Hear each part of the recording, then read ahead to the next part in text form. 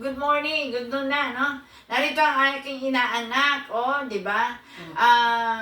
Dumating. Kasi may problema naman. Ano ba ang problema mo nung dumating ka kanina? Sakit po ng aking kalahating ganito tsaka ang aking tuhod. Kaliwang side po ito. Left, side. left, Opo, left arms and left leg. No. Napaka- Ilan, ano na yun? Naranasan ko po mga 2 araw pa lang naman, kaya inagapan ko lang po. Pero sabi mo na, ano ka, na nagpunta kayo ng Quezon, tapos... Opo, tapos nagkaroon ako ng vertigo na ospital. Ayun, di makahinga. Kaya sabi ko, kailangan ko talagang magpa-therapy ulit. Kasi, di ba, ang tagal na, halos 1 year na bago dumating ulit, no?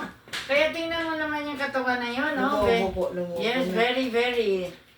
Pero, sadyang, syempre kay buti ng God, no? Ang kanyang negosyo ngayon, puro punch. Hi guys, panoorin niyo ang kanyang vlog kasi ang kanyang mga post, ang gagaling. Sa lahat ng mga nanonood, sa lahat mga mag-PM kayo sa akin or sa kanya. Pagkat napakaganda ng kanyang mga paninda, no? Kanyang mga ano pa ang mga ano mo? Follow po kayo sa page namin, Jesco RTW Enterprise. Nag-follow na ako, ha? Opo, pati follow nyo din po yung aming sound system, Jesco Sound System po. Sa mga nais pong mag-follow. At saka pag gusto nyo pong magpa-therapy, napakaginhawa po ng pakiramdam ko ngayon. Ang layo ng before and after. Kanina, grabe yung nangingiwi ako sa sakit. Ngayon, kahit pa paano, ayan, okay na po. Ayan, pati yung kabila, ito. Grabe ang pain nito. Ngayon, magaling na. Kasi kanina, ito, matigas. Grabe, parang pag ginanong ko, sabi mo, namimilipit ako sa sakit. Ngayon, okay na po. Pati dito, di ba? Yung kanina, ginaganon. Grabe, grabe. Yan, tapos ngayon, maginhawa na po, maginhawa. Uulitan po, pero at least po, ang laki ng improvement. Sabi ko babalik kasi, kasi makapal ang kanyang baras ang kanyang katawan, pero ang laki na improvement po ng pain, na wala yung sobrang kirot na pain. Kaya tayo manalangin, ha? Amen. Kasi kanyang negosyo, alam mo, ang negosyo ngayon, kailangan talaga magtiwala sa Diyos, Amen. no?